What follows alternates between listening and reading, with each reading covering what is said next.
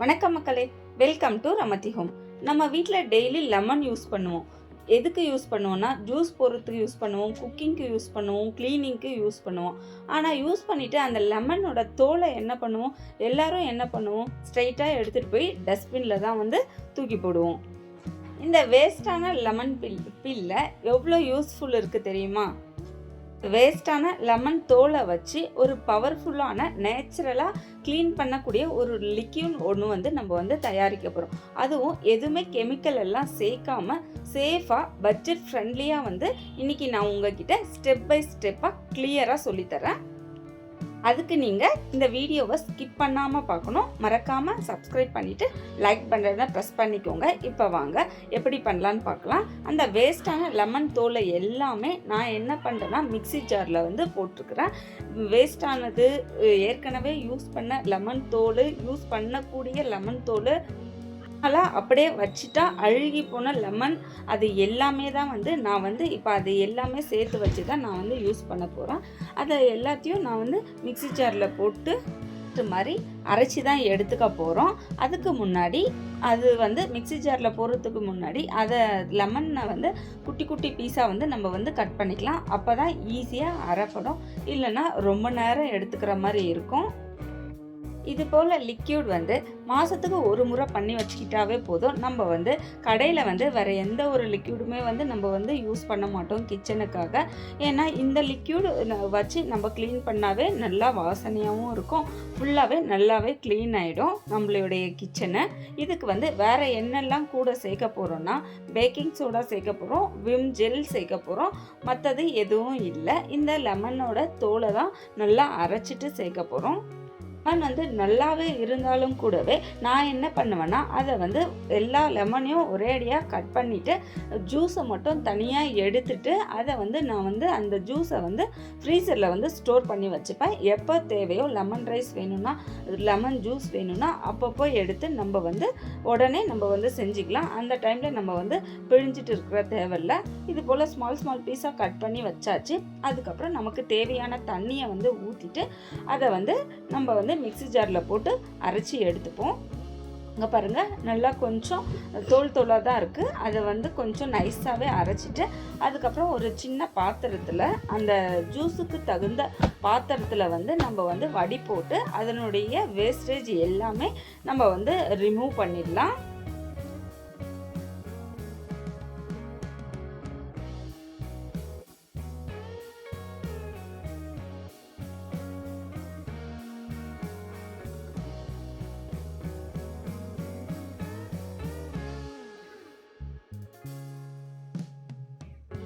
One time வடி போட்டுட்டு அதில் வர வேஸ்டேஜை இன்னொரு முறை நான் மிக்ஸி ஜாரில் போட்டு இன்னும் கொஞ்சோண்டு தண்ணியை ஊற்றி அதை நல்லா நைஸாக அரைச்சி எடுத்துட்டோம்னா அது இன்னும் கொஞ்சம் நல்லா ஜூஸ் கிடைக்கும்.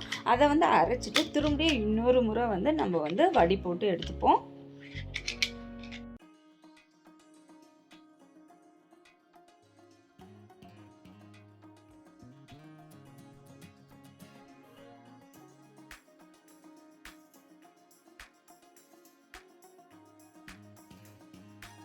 பாருங்கள், நிறையாவே ஜூஸ் கிடைச்சிருக்கு. அதில் அந்த தோலில் நல்லா கொஞ்சம் நல்லா திக்காகவே கிடைச்சிருக்கு. ரொம்பவும் தண்ணியும் இல்லை, ரொம்பவும் திக்காகவும் இல்லை, நார்மல் ஸ்டேஜில் தான் இருக்குது. இதில் நான் என்ன ஆட் பண்ண போகிறேன்னா, இதிலேருந்து 2 டேபிள் ஸ்பூன் போல் விம் லிக்யூட் ஆட் பண்ணுறேன். அதுக்கப்புறம் 1 tablespoon baking soda add பண்ணுறேன். அந்த மாதிரி பேக்கிங் சோடா ஆட் பண்ணும்போதே அந்த ஜூஸ் எல்லாம் என்ன ஆகும்னா ஃபுல்லாகவே அப்படியே ஃபுல்லாக பொங்கி வர மாதிரி இருக்கும். அதனால் நம்ம செய்யும் போது சின்னதாக பாத்திரம் எடுக்காமல் இதை விட கொஞ்சம் பெரிய பாத்திரமாகவே நம்ம எடுத்தோம்னா அது பொங்கி வர்றதை தடுக்கலாம். நான் கொஞ்சம் குட்டியாக தான் எடுத்திருந்தேன். அதனால் அந்த பாத்திரத்துக்கும் வெளியவே வந்துடுச்சு.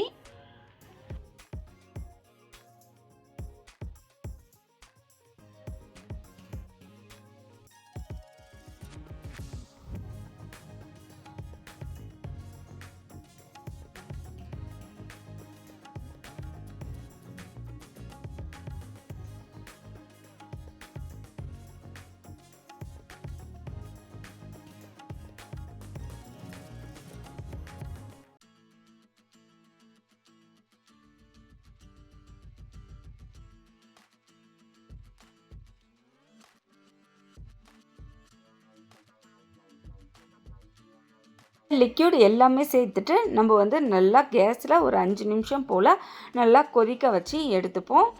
கொதிக்க வச்சுட்டு நம்ம ஆற வச்சு எடுத்துப்போம். அதை கொதித்த உடனே நம்ம வந்து பாட்டிலில் ஸ்டோர் பண்ணக்கூடாது.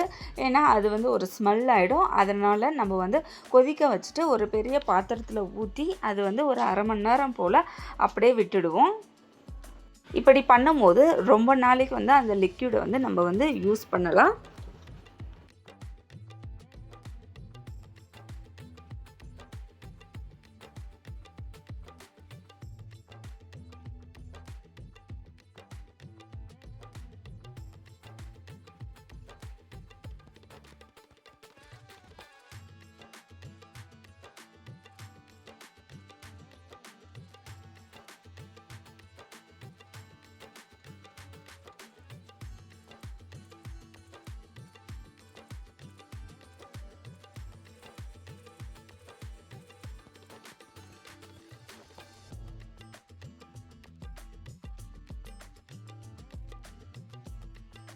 ஃபுல்லாக ஆறிட்ட பிறகு நம்ம வந்து ஒரு வாட்டர் பாட்டில் அப்படி இல்லைன்னா ஒரு ஸ்ப்ரே பாட்டிலில் வந்து ஊற்றி ஸ்டோர் பண்ணி வச்சுக்கலாம்.